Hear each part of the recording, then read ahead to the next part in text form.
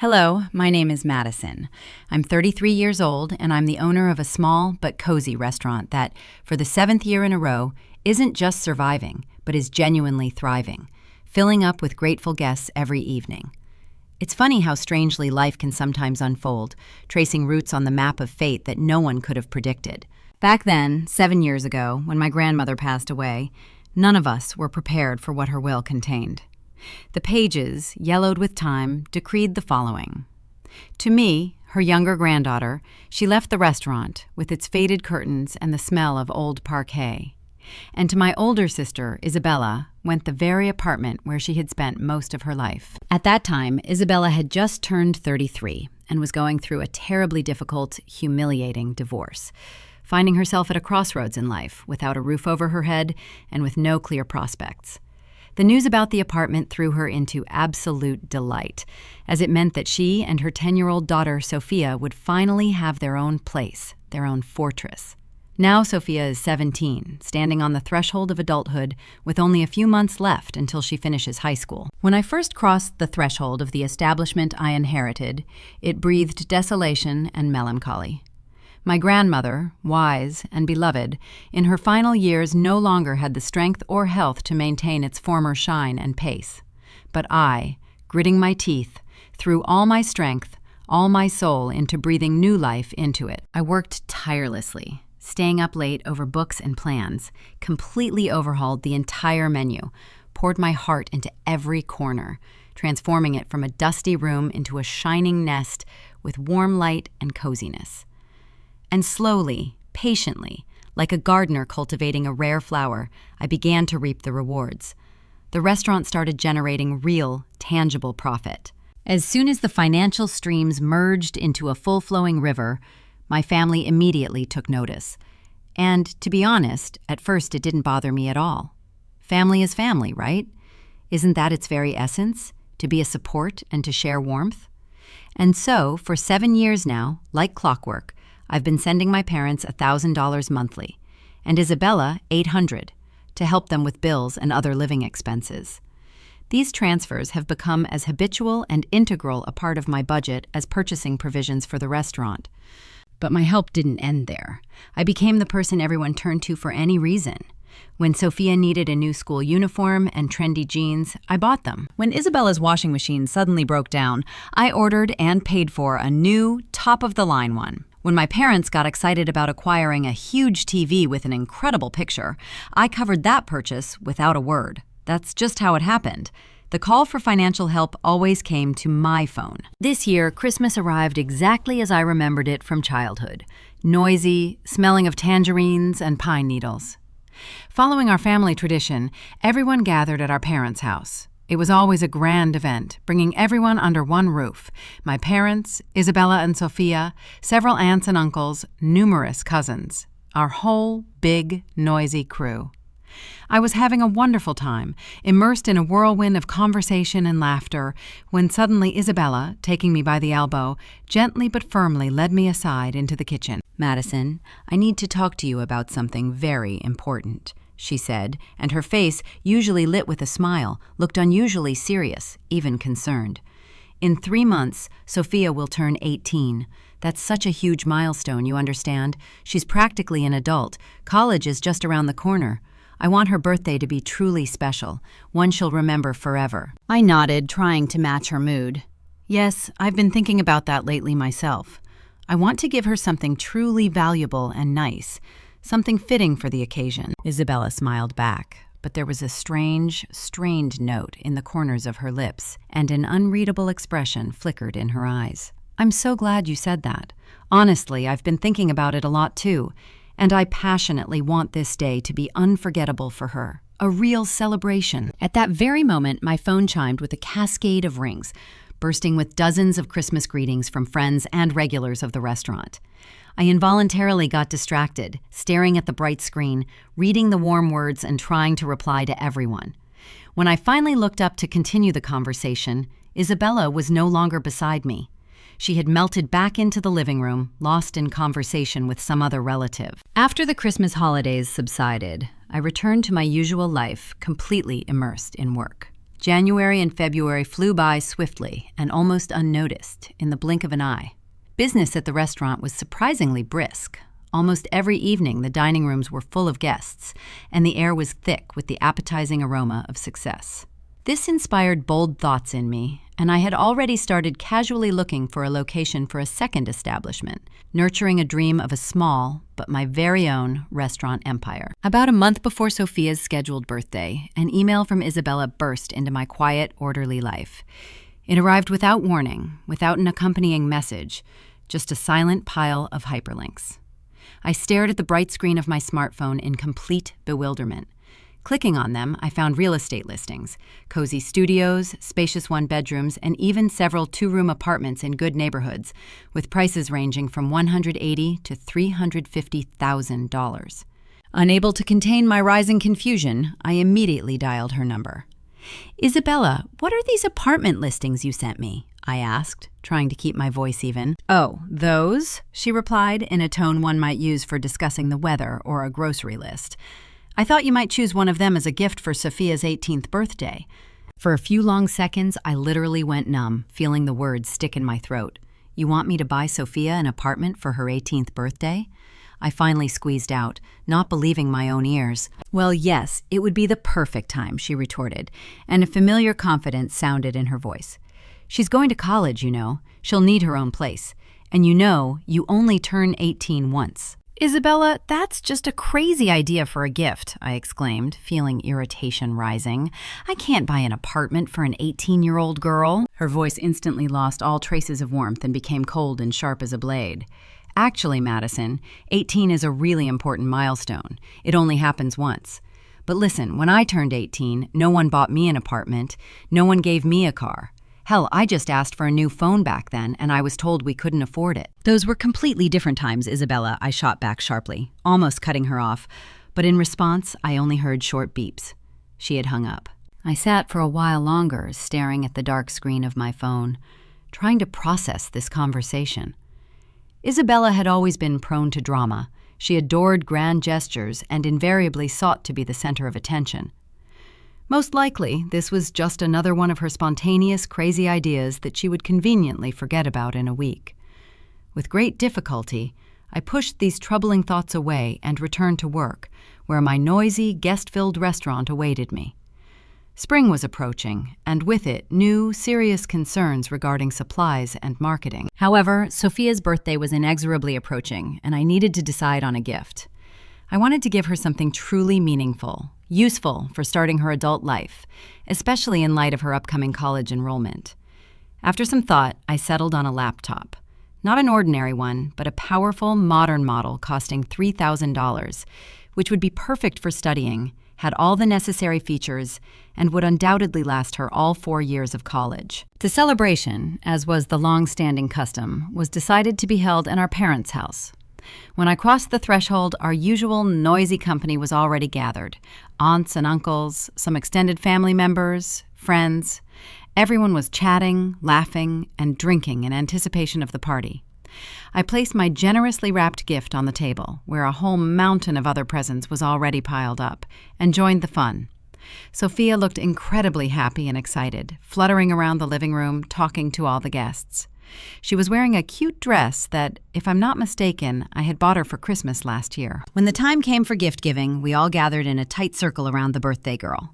My parents went first, presenting Sophia with a brand new iPhone, which made her squeal with delight. Then Isabella gave her a luxurious gift card from a very expensive cosmetics store, worth about $200. Finally, it was my turn.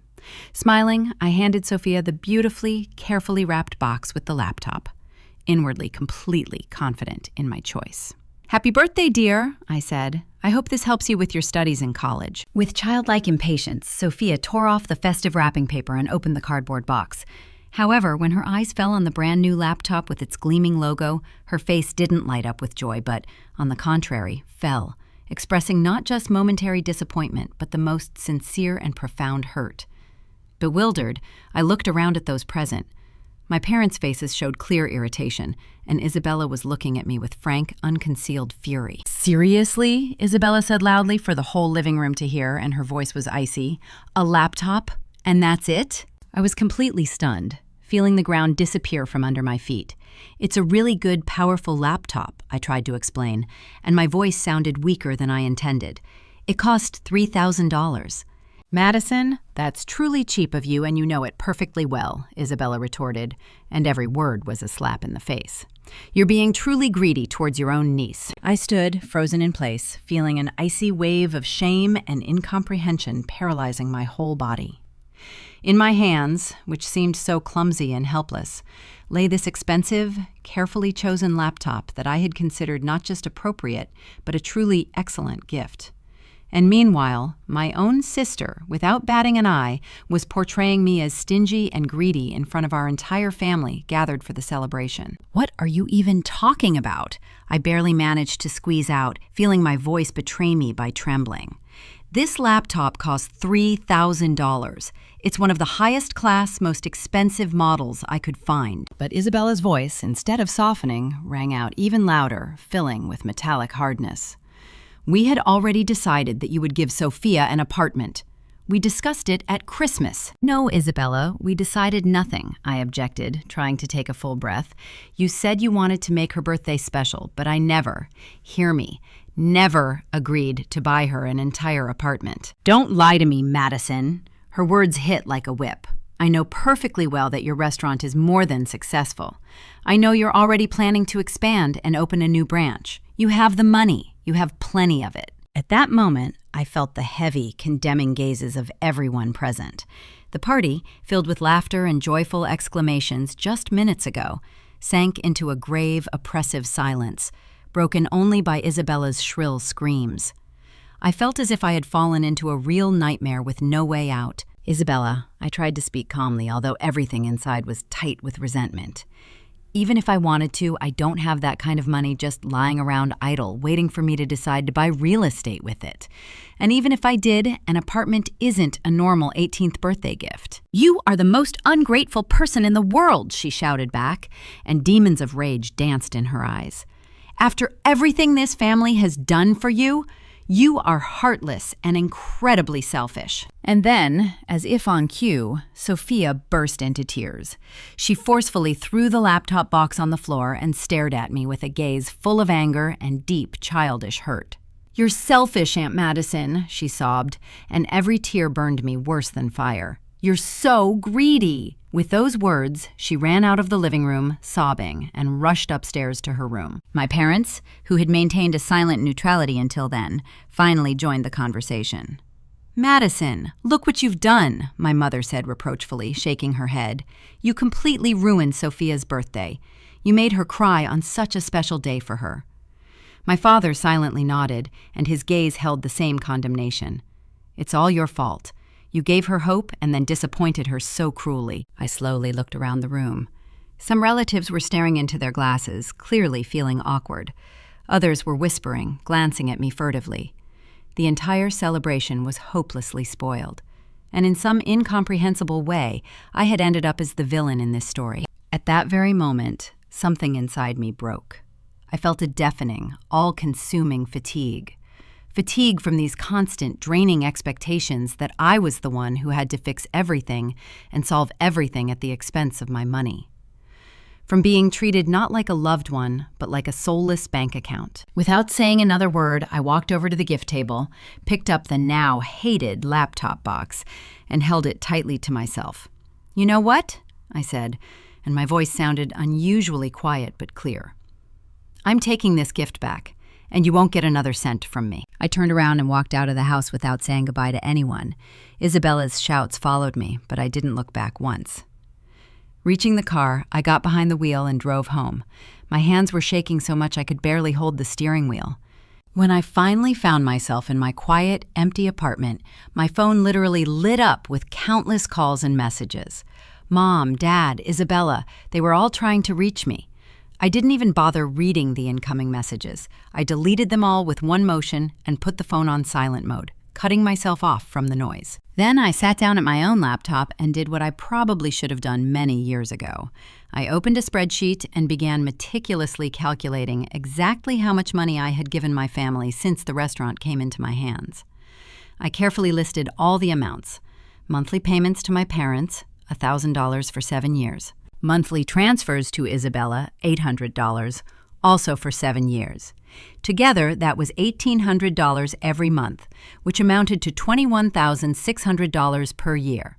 Over 7 full years, the total sum exceeded $150,000, and that was just the money that went out as regular automatic payments, not counting the countless spontaneous expenses on gifts, appliances, and other little things. But then, like a dark cloud on the horizon of my consciousness, all those countless additional expenses that had been draining the life out of me for years began to take shape. I mentally went over every item, every service I had paid for: the washing machine for Isabella, countless sets of fashionable clothes for the growing Sophia, expensive leather furniture for my parents' living room, the major repair of Mom's car after that accident, even part of Grandma's medical bills that I helped cover in the last year of her life. If you added up all these seemingly disparate amounts, over the past 7 years, I had spent a colossal $200,000 on my family. $200,000. The number rang in my ears, burning my consciousness. With that money, I could have not just expanded the restaurant, but turned it into a flagship establishment many years ago. I could have bought myself a spacious house with a garden instead of crowding into a rented apartment. I could have invested that money wisely and secured a financial safety net for myself for years to come. Instead, I had been supporting a family that, apparently, saw me not as a sister, not as a daughter, but merely as a reliable, ever-functioning personal ATM. With a cold, crystal-clear calm that had replaced the storm of emotions, I opened the banking app on my phone. Without a shadow of a doubt, with a decisiveness I had lacked all these years, I canceled the automatic transfers. Both. The $1,000 to my parents and the $800 to Isabella. Just like that, with a couple of taps on the screen, 7 years of financial dependency were destroyed. No more monthly payments.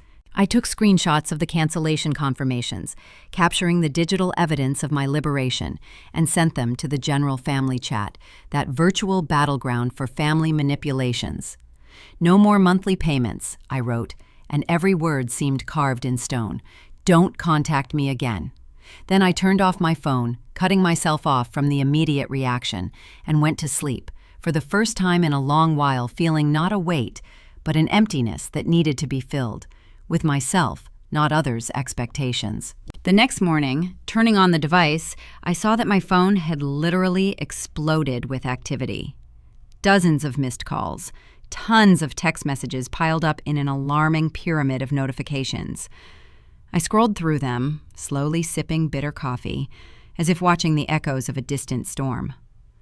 Mom had sent about a dozen messages where I could read her panic between the lines. I was cruel. They desperately needed that money for bills. I couldn't just abandon the family in a difficult moment. My father's messages were shorter but angrier, as if carved from ice. He called me selfish, claiming I had turned my back on the closest people who had invested their whole lives in me. But the worst were the messages from Isabella.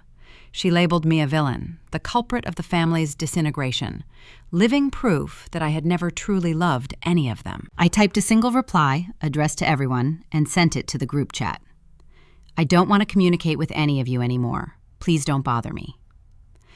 Then, with the same methodical calm, I blocked all their numbers, building a digital wall between my past and my present. A couple of days later, right in the middle of the evening rush, I saw them through the restaurant's large panoramic window. My parents and Isabella were walking towards the entrance door with such resolute and stern faces as if going to war.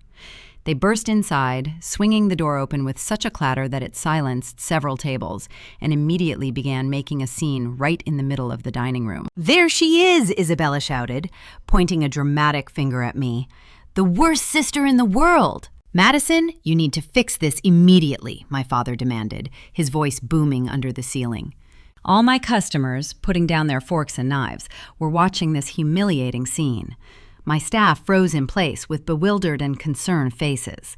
This was my sanctuary, the place of my strength and labor, and now they were trying to defile it. I didn't hesitate. I caught the eye of Tony, my reliable security guard, and nodded to him. "Tony, please escort them out and make sure they are not let in again." "Madison, you can't be serious," my mother screamed, as Tony, polite but unyielding, was already guiding them towards the exit.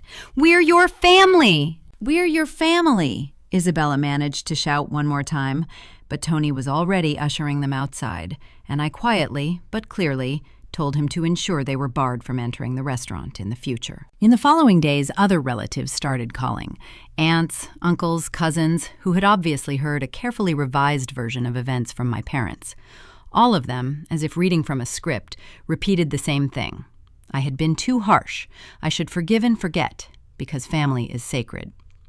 I listened to them just long enough to understand the gist of their complaint and then hung up, time and again, without getting into justifications. Eventually, the calls stopped. The text messages ceased. The drama finally subsided, replaced by an unusual, almost deafening silence. And you know what? I felt lighter than I had in years. For the first time since the day the restaurant keys had passed into my hands, I could focus exclusively on my business without being distracted by constant thoughts of who I owed how much to this time. Several months flew by unnoticed, and my family made no new attempts to contact me.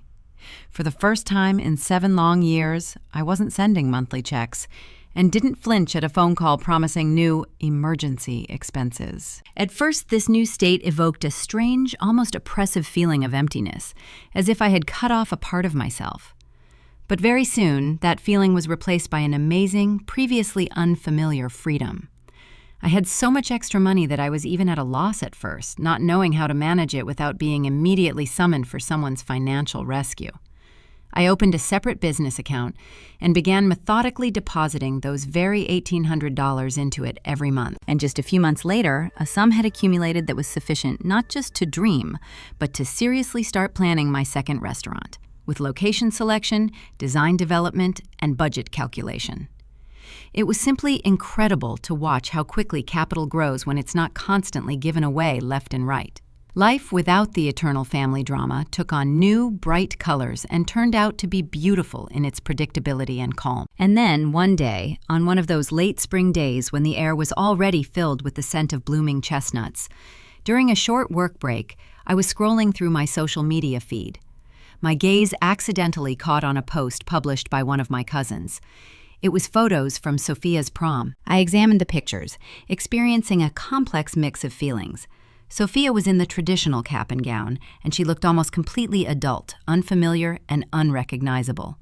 But what struck me most wasn't her grown-up appearance, but how unhappy and tired everyone present looked. My parents, Isabella, and even the guest of honor herself. They were all grinning at the camera with strained, artificial smiles that couldn't hide the emptiness in their eyes. They seemed exhausted and on the edge. I felt a slight but distinct pang in my heart. Not of regret, no, but of something else, indefinable. It was just strange and unusual to see them like that. A week after the graduation, on one serene Sunday morning as I was enjoying the quiet in my apartment, there was an unexpected ring at the door. I went, looked through the peephole, and couldn't believe my eyes. On my porch, like ghosts from a past life, stood my parents and Isabella. I opened the door but didn't step back to let them in.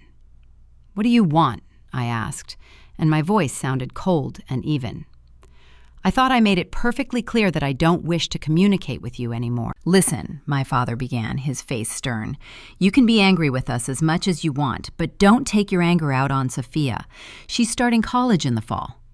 Isabella silently nodded, then added, "You promised many years ago that you would pay for her education. She's counting on it."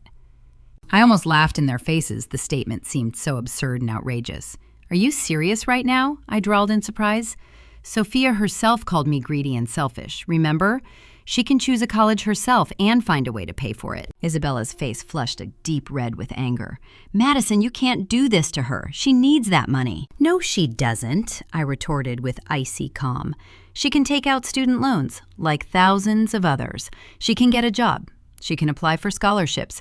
There are plenty of options that don't require my financial involvement." "But you have the money," my father cut in, and irritation was audible in his voice. "Your restaurant is doing great." "Yes, it is," I agreed.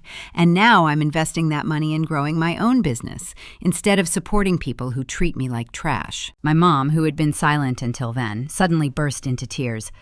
"Madison, please," she sobbed. "We're family." In a real family, they don't call each other greedy and selfish, I sharply interrupted her. And a family certainly doesn't expect to receive $200,000 in assistance and then demands apartments on top of that. I saw them freeze in shock upon hearing that figure. It seemed they had never tallied the cumulative sum of my contributions to their well-being. Just go, I said quietly but firmly. I've said everything.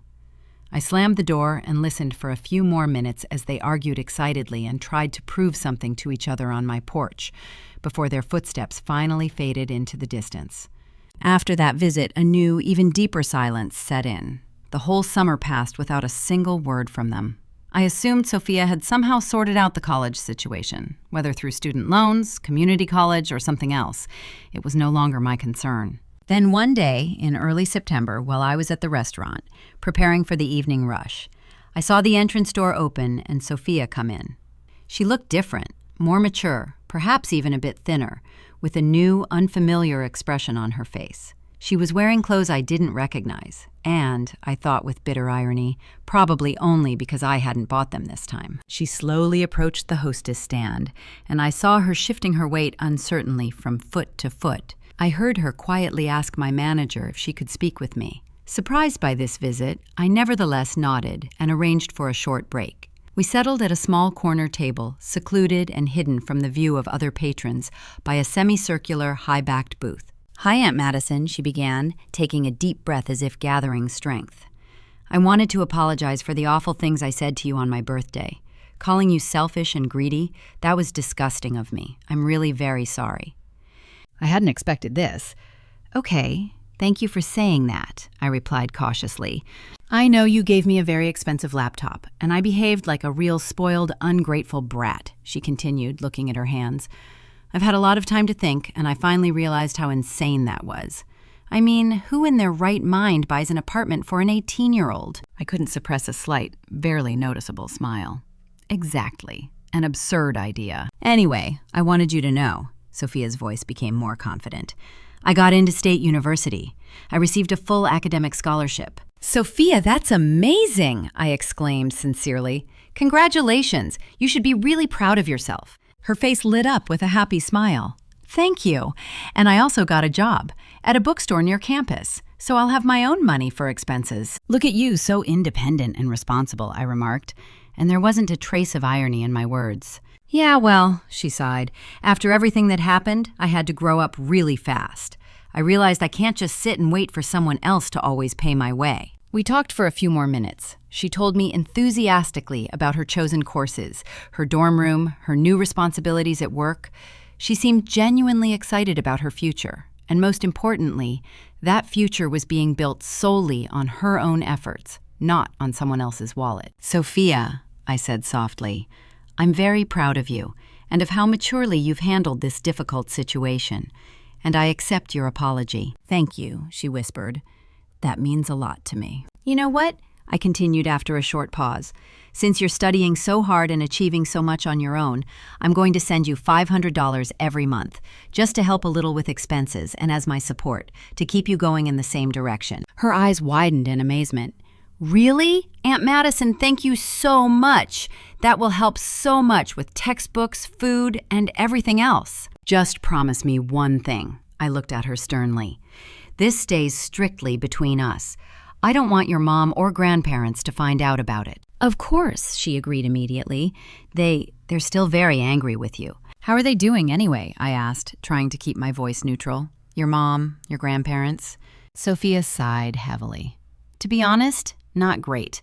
Mom had to get a part-time job at Target to help pay the bills, and Grandma and Grandpa are working full-time now, not part-time like before. Everyone is constantly stressed about money." Hearing this, I felt a slight, unpleasant chill inside, but overall, a sense of justification took hold of me. They were managing. They weren't starving or homeless.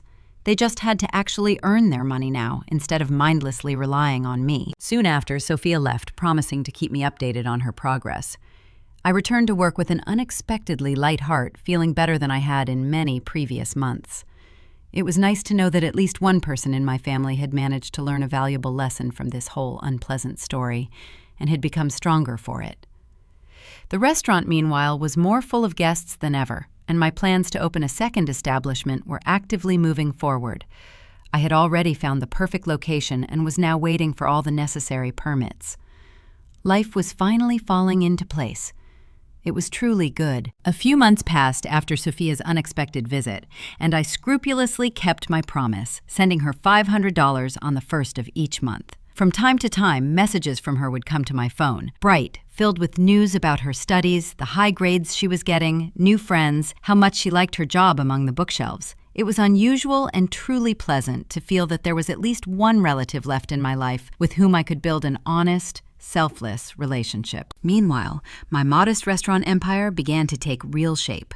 The long-awaited construction permits for the second establishment were finally obtained, and work at the site was in full swing.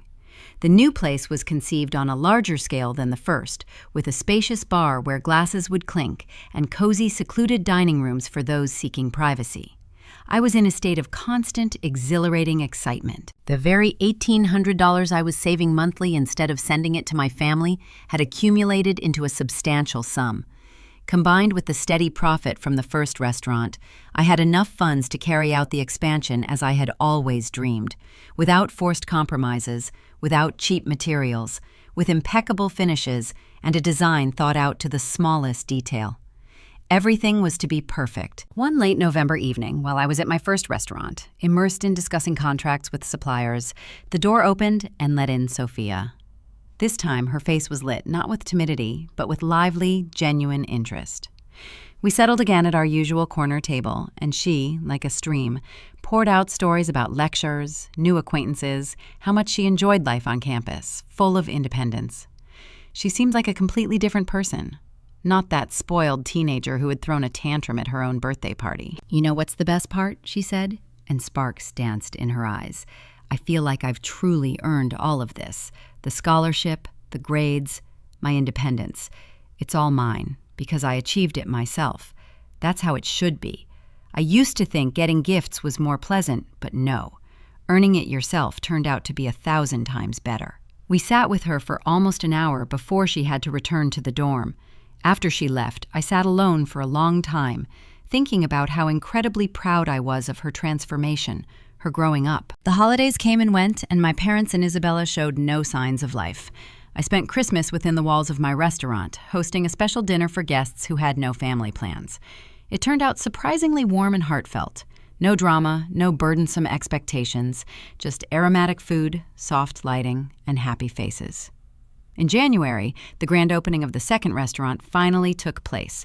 It was destined for success from day one. Full dining rooms, rave reviews, attention from local food bloggers. I hired an excellent manager for routine matters, allowing me to divide my time between the two locations.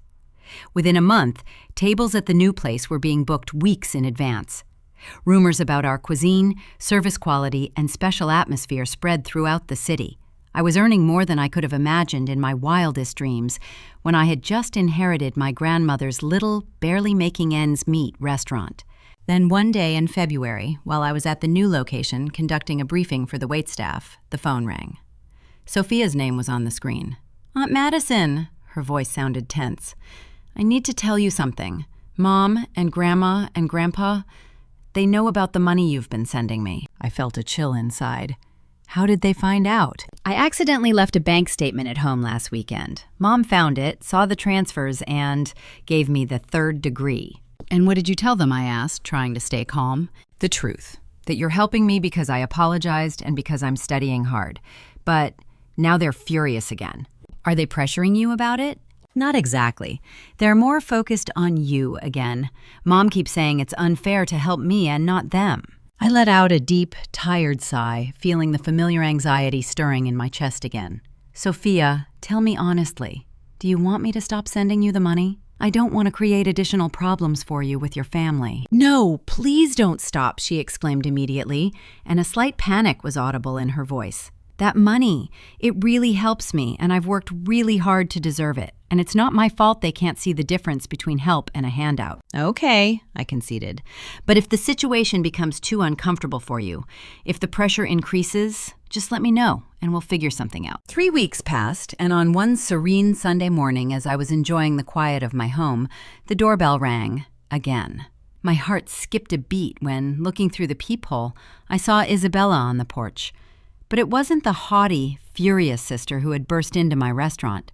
Before me stood a worn-out woman who looked older than her years, with an extinguished gaze and shoulders bent under the weight of cares unknown to me. I opened the door but remained in the doorway, creating an invisible but palpable barrier. "What do you want, Isabella?" "Madison, please." Her voice sounded muted and tired. "Can we talk? For real this time?" "I don't think we have anything to say to each other," I replied, although curiosity was already stirring within me. "I know I messed up," she didn't insist, just continued looking past me. "I know I was wrong about that stupid apartment, and the way I behaved at Sophia's party, that was disgusting, unforgivable." I studied her face, the wrinkles around her eyes, the tense lines of her lips, and saw not anger, but sincere, deep distress. "Go on," I said softly. "I've been thinking a lot about everything that happened." She hugged herself as if she were cold, "and I realized how monstrously unfair I was to you. You helped our family for years, supported us, and instead of gratitude, I just demanded more and more. Sophia told me about her scholarship, her job, and God, Madison, how proud you are of her." "I am truly proud of her," I confirmed. "She's become an amazing, independent young woman." "Exactly," Isabella nodded. "And how are you doing? Sophia mentioned you're working at Target." "Part-time," she replied, and there wasn't a trace of her former arrogance in her voice. "And I clean houses on weekends. Nothing glamorous, but it pays the bills. Mom and Dad are working full-time now, too." We stood in an awkward silence, and that silence was thicker and more significant than any words. "Madison, I'm not asking for money," she finally said, looking at me with a clear, unadulterated gaze. "I just wanted to apologize. For real. You were generous to us all those years, and we took advantage of your generosity. Forgive me." I looked at my sister, really looked at her features, and saw a different person, tired, aged, but more real, more honest than all the years I remembered. "Thank you, Isabella," I said quietly. "I appreciate your apology, and I hope that one day we can be together again. Not in a relationship where I support you financially, but in a real sisterly one." "Maybe we will," she smiled weakly, "but I understand it will take time." "I understand. I just wanted you to know I'm sorry. And I'm proud of you, of what you've achieved with your restaurants." After she left, I sat in the kitchen for a long time, reflecting on everything that had happened. My family was finally beginning to grasp the lesson I had been trying to teach them for years in vain, that earning something through your own labor, even if it's hard, is incomparably better and more worthy than passively accepting everything you're given. A few months later, Sophia, beaming with happiness, told me over the phone that she had been accepted for a summer internship at a reputable marketing firm. She was thrilled at the prospect of gaining real professional experience and enhancing her resume. And now my life has finally taken the shape I always dreamed of: 2 successful restaurants, complete financial independence, and a warm, trusting relationship with my niece, based on mutual respect, not on a sense of duty or obligation. Isabella and I text occasionally now, about nothing serious yet, but a connection is gradually, slowly beginning to revive between us. The one that was lost. I still hardly communicate with my parents, but that doesn't weigh on me either. I've finally learned that family bonds are truly strong only when they are built on love and respect, not on financial dependency.